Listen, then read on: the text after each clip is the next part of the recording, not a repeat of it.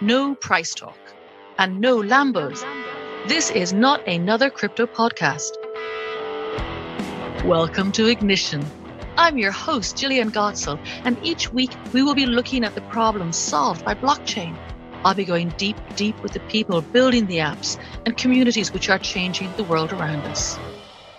Welcome to Ignition, the podcast from EOS Dublin, presented by me, Gillian Gotzel.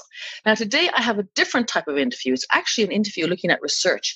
And my very knowledgeable guest is Justin Roberti, who is the Director of PR for Zage Marketing Group over in the US. Justin, welcome to the program. Hi, Gillian. Nice to be here. Thank you for having me. Well, you're very good. Look, I'm very glad to have you because I've been reading, dipping in and out, the rather monstrous report that you've produced, the Zage report. It's real-world applications of blockchain technology. It's massive. How many pages is it? It is 255 pages with responses from 102 people. It's a lot of reading, absolutely. And what was the idea behind it, and how did you go about doing it? Well, the idea was we were already having a lot of course, I work with Zage, and we are a full-service digital consultancy, growth marketing PR agency. And we were already talking to a lot of leaders in blockchain as it was. And Alex, our founder, wanted to find a way to continue the conversation, essentially. So we took a lot of the same people we were having conversations with around shows and so forth, or talking to about projects, and then sort of reached out through their networks too. And ultimately, we're able to compile responses from a little bit over 100 people. And the idea was to get a snapshot of what leaders in blockchain are thinking right now, or as of when the information was collected, like 6 months ago. And I think in that regard, it does a pretty good job. It's interesting to put all of their thoughts side by side and then do some analysis to see where the common ideas are and where people just have some outstanding individual ideas. And I understand you did some slicing and dicing. And one of the areas you looked at was your respondents' opinions on finance and the financial industry. What was the main takeaway there? Well, right. So when we did this original survey, it was not a multiple choice survey. So we're not driving people toward individual answers. So when I say over 42% of respondents felt that financial services was the industry that is absolutely being transformed now and is most likely to continue to be transformed by blockchain. But of course, it's something that's already happening now. That means that just about everybody, unwarranted, we're kind of coming up with the same industry. And that, of course, is number one. It's where they're making some of the greatest inroads in terms of mainstream adoption, just at handling payments and making transfers of money. And of course, cryptocurrency. Of course, there's always the Bitcoin story. So that was pretty much to be expected, but it was interesting to see it come out in the respondents' words. And were the respondents in this area, were they positive or negative, or a mixture of the two? Honestly, I wouldn't have predicted this, but I didn't know either way. But overall, responses in regard to financial services, if that's what you mean, and responses into the state of blockchain overall, were actually wonderfully positive. That's something I'm kind of thinking of doing a little write-up on, because I think that there's something in this. It's the kind of report that you can just breeze through and look up people that you know or that you've heard of, and you want to hear specifically what they have to say, so you flip to their page and stuff. Or just kind of peruse it. You'll find a great deal of vision there and a lot of optimism about blockchain's ability to transform the world. And I think that's particularly important this year because some projects, of course, have had some problems. ICOs have certainly had some problems in 2018 and 2019. And a lot of the setbacks, perhaps, to blockchain perception over the past couple of years are sort of pleasantly offset by all these people who are actually doing projects and building up use case studies and already, have customers in place and have products in place. So they're already doing it. And that's sort of the reality that everyone's looking for. So it's very positive overall. That was cool. That's nice to see. Yeah. It's nice to see there's a lot of optimism still out there. Good. I like that too. So finance was one of the biggest areas that people focus on. As you said, you didn't actually have multiple choice. People actually spoke about what they wanted to speak about. So it was free flow. Tell me, for example, did healthcare get a look in? Yes, absolutely. Healthcare was certainly, tied for second place after financial services. And I thought had some really compelling answers, like Andreas Kaltis's answer. He is the CEO of Novum Gold. He said something to the effect of, business is exciting, but saving lives is, well, even more exciting. And honestly, there are people dying every day because they don't have access to patient records because doctors don't have reliable access to the records. And he's right. It's a valid point. As much as doing a little bit of commerce and making some money is a great endeavor that certainly people are. That's part of the enthusiasm. There are things we can do to really improve lives and save lives, and certainly healthcare is one of the main areas where that just seems like a given. The transparency and the security of putting records on blockchain that makes a lot of sense. He wasn't the only person to allude to it, but I thought it was rather well put. That makes sense because he comes from a business perspective and yet he's talking healthcare. So I like the crossover of where these leaders are going to. It's not just, this is my industry, so it's important here. They see the wider picture. So another area that I suspect would have got a lot of attention would be logistics and supply chain. What was the mood about that? Absolutely. And anything that had to show chain of ownership. And there are so many interesting case studies out there. One of the respondents was talking about, essentially using it to track shipping containers. And again, it's kind of a given. Anything that's as data oriented as distributed ledger technology, it makes sense for tracking the not only the whereabouts but the origins of things in your supply chain.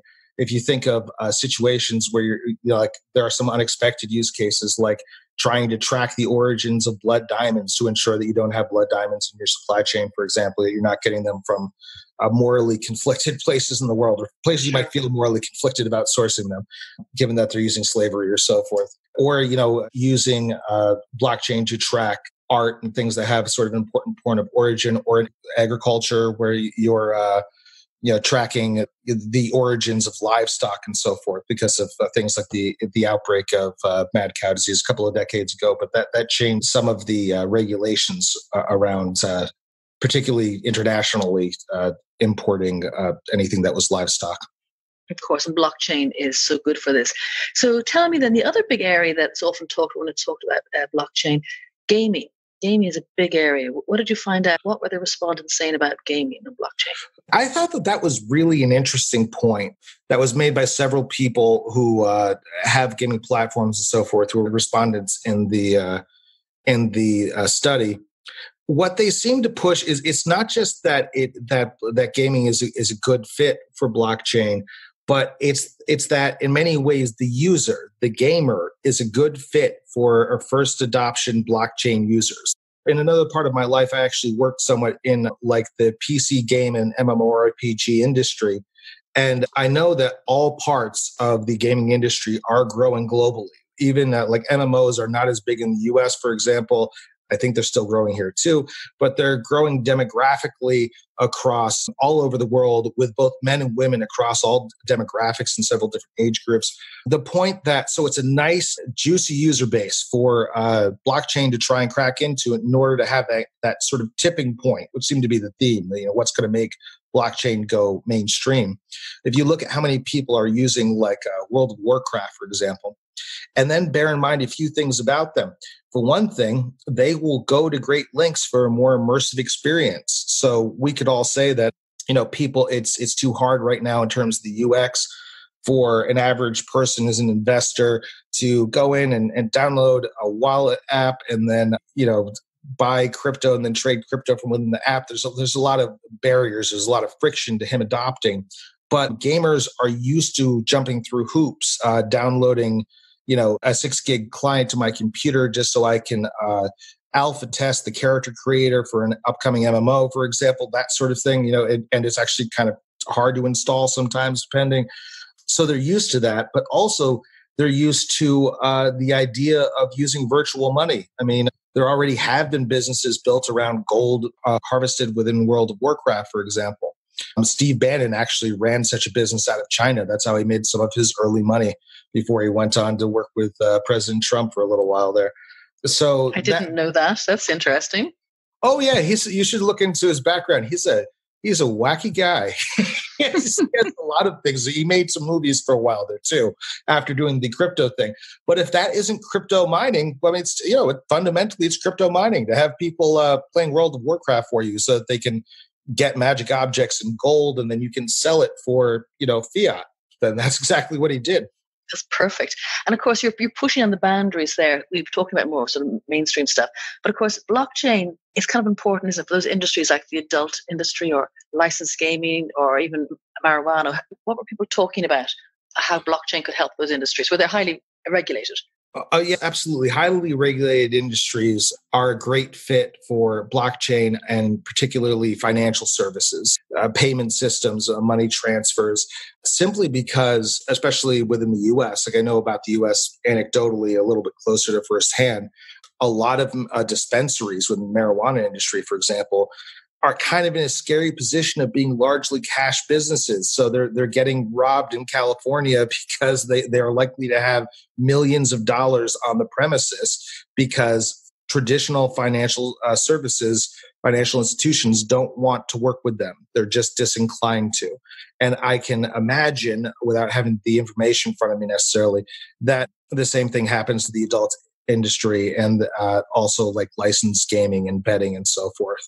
So yeah, just the basic financial services is a real boon to those industries if they can start using it more widely. And of course, the other group that we didn't mention that also got a pretty good sort of runner-up mention in the responses was the idea that both the unbanked and the underbanked can make great use of these services. Of course. Tell me, did you have any big names taking part? Who were the celebs? Well, of course, we were happy to be able to reach out to Tim Draper. And so we have him responding. We have some other notable people within blockchain, including George Coxon. We had people from LGO and from Litecoin. So yeah, there's a wide range. There's Gunther Sonnerfeld, who is the founder of a venture capitalist firm who gave us responses. Civic Technologies, Olga Mack from QuantStamp, Hugo, I'm going to mispronounce this, Renaudin from LGO, and Jeffrey McCabe from the Divi project. So yeah, we had, there's really a wide range of industries, but we really did focus for the most part. I think 95%, 99% of the responses are from really fairly established businesses that are already kind of having some financial success. We got to talk to a bunch of people. And of course, we spoke to the people that I believe, and I quote, the people of bad crypto called like what did they call you? Like the lady of... or something like that. Their favorite Irish leprechaun or something. I can't remember. No, they called you to Matt from Zage when he was on their show. His appearance is actually going to be on Saturday, tomorrow. They called you the Lady of Blockchain, I believe. So we had our own Gillian Godson. And I'm very honored. I thought they were calling me a leprechaun. I think they were in Irish accents at one stage. Some very Irish ones. No, it was good to be part of it. So were there any weird or wonderful or just any commonality in the responses? Absolutely. There was Tim Draper, of course, who mentioned Bitcoin, 55 times in the couple of paragraphs that he gave us. But I guess we've come to expect that from him, and I was very gracious to him to participate. And we were really glad to have him be part of the report. Of course, aside from that, sometimes the enthusiasm can be somewhat overwhelming as people who we're talking about their own projects can give us responses. We might have to ask them to fine tune a little bit since they're mentioning their own projects over and over again. I think in some cases, when people were first getting involved, they didn't realize what a serious report we were actually talking about. So they gave us the responses that probably they had penned by some marketing manager. Then when they got the full draft to review, 255 pages of it laid out, they realized, oh, no, wait, I want to change my responses now because those weren't actually written by me. And then we were getting responses. So I was actually really pretty pleased just by the sincerity with which everyone participated, especially when they saw kind of what a mammoth project was turning into. Wow. Is this now an annual project? That is the idea, absolutely. At this point, Alex is being, is saying, well, we don't necessarily know what the questions will be. So it might be of a very different nature next time around, but because it all depends on where blockchain is. And of course, it has to look how much has changed between 2018 and 2019 or 2017 and 2018. So yeah, we will be looking to revisit it and do a similar report next year. Although what the questions are, I'm welcome to take suggestions. That's probably what we're going to be doing over the next 6 months or so, sort of brainstorming and getting everyone's input.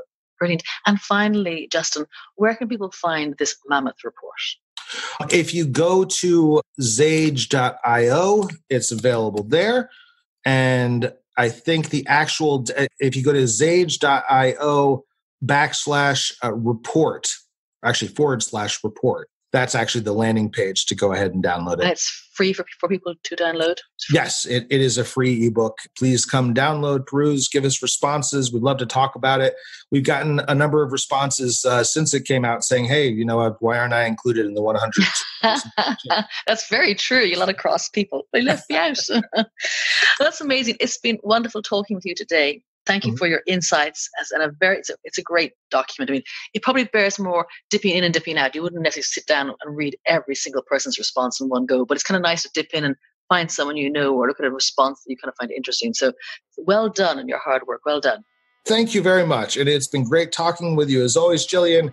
And of course, feel free to download and peruse and let everybody, please let us know what we should include next time and who else should be added, even if it's you. Feel free to reach out to me and let me know.